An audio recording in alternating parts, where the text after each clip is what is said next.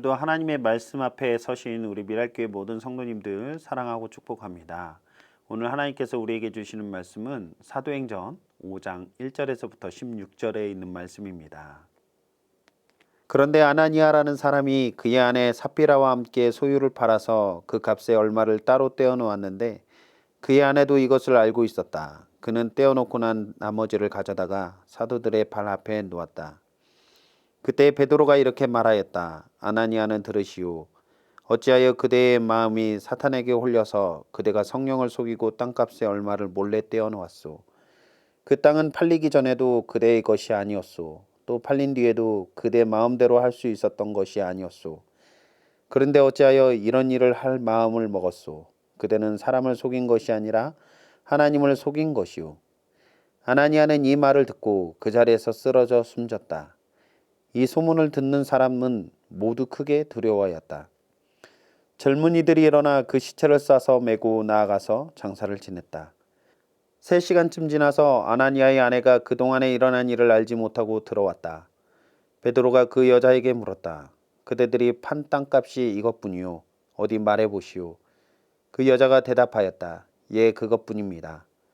베드로가 그 여자에게 말하였다. 왜 그대들 내외는 서로 공모해서 주님의 영을 시험하려고 하였소. 보시오, 그대의 남편을 묻은 사람들의 발이 망문에 다다랐으니 그들이 또 그대를 메고 나갈 것이오. 그러자 그 여자는 그 자리에서 베드로의 발 앞에 쓰러져서 숨졌다. 젊은이들이 들어와서 그 여자가 죽은 것을 보고서 메어다가 그 남편 곁에 묻었다. 온 교회와 이 사건을 듣는 사람들은 모두 크게 두려워하였다. 사도들의 손을 거쳐서 많은 표징과 놀라운 일이 백성 가운데서 일어났다. 그들은 모두 한 마음이 되어서 솔로몬 행각에 모이곤 하였다. 다른 사람들은 누구 하나 감히 그들의 모임에 끼어들지 못하였다. 그러나 백성은 그들을 칭찬하였다. 믿는 사람들이 더욱 늘어나면서 주님께로 나아오니 남녀 신도들의 큰 무리를 이루게 되었다.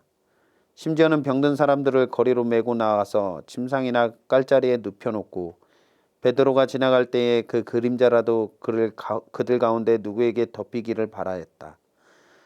또 예루살렘 근방의 여러 동네에 사는 많은 사람들이 병든 사람들과 악한 귀신에게 시달리는 사람들을 데리고 모여들었는데 그들은 모두 고침을 받았다. 오늘 살펴보게 될 5장 아나니아와 삽비라 부부의 이야기는 4장의 내용과 연결하여 살펴보아야 합니다. 초대교회의 모습을 4장 말미에 아주 잘 나타내주고 있는데 많은 신도가 한 마음과 한 뜻이 되어 자기 소유를 자기 것이라 주장하지 않고 공동으로 사용하는 믿음과 섬김의 공동체를 이루고 있었습니다. 그들의 모임 가운데는 가난하여 고통을 받는 사람들이 한 사람도 없었다라고 기록되어 있습니다. 왜냐하면 부유한 사람이 그들의 소유를 팔아 사도들에게 주면 그것을 가지고 각 사람의 필요에 따라 나눠 주었기 때문입니다. 구브로 출신 레위 사람 바나바도 자기의 밭을 팔아서 그것을 사도들에게 전했습니다. 그는 위로의 아들이라는 별명이 있을 정도로 많은 사람들을 이롭게 하는 사람이었습니다. 그런데 아나니아라는 사람도 이 바나바와 같이 되고 싶었습니다. 어쩌면 바나바가 많은 사람들에게 인정받고 칭찬받는 모습이 부러웠는지도 모릅니다. 그래서 그도 그 아내 삽비라와 함께 그들의 소유를 팔아 그 얼마를 따로 떼어놓고 나머지를 사도들에게 전했습니다. 아나니아와 삽비라 부부의 행동을 베드로는 정확히 알고 있었습니다. 성령의 감동을 받아 예루살렘 교회의 부흥을 이끌고 있었던 베드로가 아나니아와 삽비라가 교회를 속인 것이 아니라 성령을 속였다라는 사실을 정확하게 지적하였습니다. 사실 이 부분은 현재를 살아가고 있는 많은 성도들에게 선뜻 와닿지 않는, 쉽게 이해되지 못하는 부분일 수도 있습니다. 그 소유를 팔아 주님의 몸된 교회를 위해서 헌금을 했다는 사실 자체는 너무나도 귀한 마음이라 생각되고 그러한 일이 결코 쉽지 않은 결정임을 우리는 너무나도 잘 알기 때문입니다. 여기에서 베드로가 소유를 팔아 그것을 교회에 헌금을 하는 것이 성도로서의 의무는 아니었음을 알고도 그들에게 질책할 수밖에 없었던 이유는 무엇이 있을까요? 바로 아나니아와 삽비라가 거짓을 하고 있었음을 알기 때문이었습니다. 교회 공동체 안에 개인이 물질을 소유하는 것은 잘못된 것이 아닙니다. 그리고 그 소유를 팔아 하나님께 얼마를 드려야 하는지도 정해진 법은 아니었습니다. 그러나 아나니아와 삽비라는 마치 자신들의 모든 것을 팔아 교회에 헌금한 것 마냥 대했기 때문에 베드로는 그 거짓된 마음을 책망하고 있는 것입니다. 아나니아에게 베드로가 책망을 할 때에 베드로는 아나니아의 죽음을 바라고 책망을 한 것은 아니었을 것입니다. 그 또한 아나니아의 죽음 앞에 두려운 마음이 들었을 것입니다.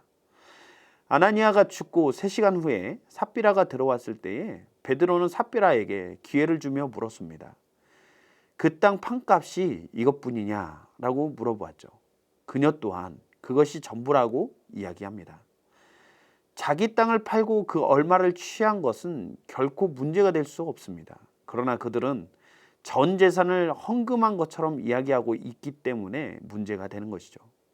그들은 아마도 앞서 나왔던 바나바처럼 그들 또한 사도들과 교회 공동체 앞에 인정을 받고자 하는 욕심이 있었기 때문에 이런 거짓말을 하고 그렇게 심판을 받게 된 것입니다. 베드로는 교회 안에 일어나는 이러한 문제 가운데 죄의 심각성을 일깨워주고 교회를 바로 세우기 위한 책망을 했고, 아나니아와 삽비라는 하나님의 직접적인 개입이 있어서 심판을 받은 것입니다. 예루살렘 교회는 외부적인 탄압과 공격 앞에 직면해 있었습니다. 그리고 교회 내에서도 영적으로 성장을 방해하고 저해하는 내부적인 문제가 생겨난 것이죠. 이 일은 자칫 교회 안에 큰 시험거리가 될 수 있는 문제였습니다. 그러한 상황 속에서 공동체 전체에 중대한 해를 끼칠 수 있는 상황을 성령의 강력한 역사하심을 통해서 바로잡은 것이죠.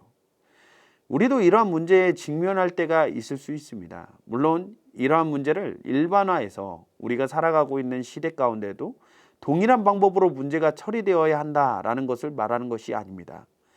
이후에 등장하는 표적과 기사가 나타나며 교회가 든든히 세워져가는 믿는 사람들이 더욱 늘어나 성장하는 내용을 보면 알 수 있는 것은 우리 교회가 성장할 때 내부적인 문제가 큰 문제로 발생할 수 있지만 성령의 역사하심을 통해 교회에 죄가 틈타지 못하게 하나님께서 강력하게 역사하고 계심을 우리는 보게 되는 것이죠. 하나님께서는 부흥하고 있는 예루살렘 교회에 발생한 죄를 엄중히 다스리시면서 하나님의 몸된 교회가 자칫 죄로 인해 무너지지 않도록 인도하셨습니다. 우리에게도 가끔은 우리가 인간의 연약한 눈으로 바라보았을 때 이해되지 않는 일들이 우리 가운데 나타날 때가 있습니다. 문제 자체만 바라보았을 때 하나님의 모습이 너무나도 잔인하게 느껴질 수도 있지만 이면에 있는 하나님의 큰 뜻을 우리가 바라보았을 때 우리가 예상치 못한 방법 안에서 우리를 하나님께서 붙들고 계심을 보게 됩니다. 오늘 이 말씀을 통하여서 우리 미랄교회 성도님들이 어떤 상황 앞에서 하나님 그 크신 뜻을 알지 못해 무너지는 인생이 아니라 하나님께서 계획하신 또 하나님께서 우리에게 쏟으시는 그 사랑과 은혜를 기억하면서 또 바라보면서 그렇게 상황과 환경들을 이겨나갈 수 있는 믿음의 사람들이 다 되기를 간절히 소망합니다. 기도하시겠습니다. 사랑해 주님, 너무나도 감사합니다. 아나니아와 삽비라 부부의 이 이야기가 가끔은 우리에게 이해가 되지 않고 왜 하나님은 이토록 잔인한 방법으로 이 일을 다루셨을까 고민도 하게 되지만 하나님은 부흥하는 교회에 죄가 틈타서 교회를 무너뜨리려고 하는 그 많은 문제점들을 바로 잡으시기 위해서 이렇게 역사하셨음을 보게 됩니다. 우리도 정말 어떤 문제의 단면만 보았을 때 너무나도 하나님의 방식이 이해되지 않을 때가 있지만 그 이면에 있는 하나님의 큰 뜻을 바라보고 또 우리에게 허락하신 하나님의 은혜를 생각하며 믿음으로 잘 이겨나가는 우리 미랄교회 모든 성도님들의 삶이 될 수 있도록 주님께서 역사하여 주시옵소서. 이 모든 말씀을 우리 주 예수 그리스도의 이름으로 기도했습니다. 아멘.